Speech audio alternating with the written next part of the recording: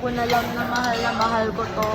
Mahal na mahal ko to. Kasi sinasabi mo naman kung sino ka lang talagang nasa isip mo. Hi guys! Nagpa-vlog po ako. Ang cute. Nagpa-vlog ako. Nagpa-vlog ako. Alam mo.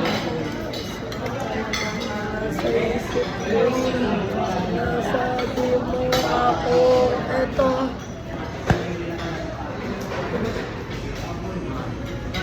Cute niyan.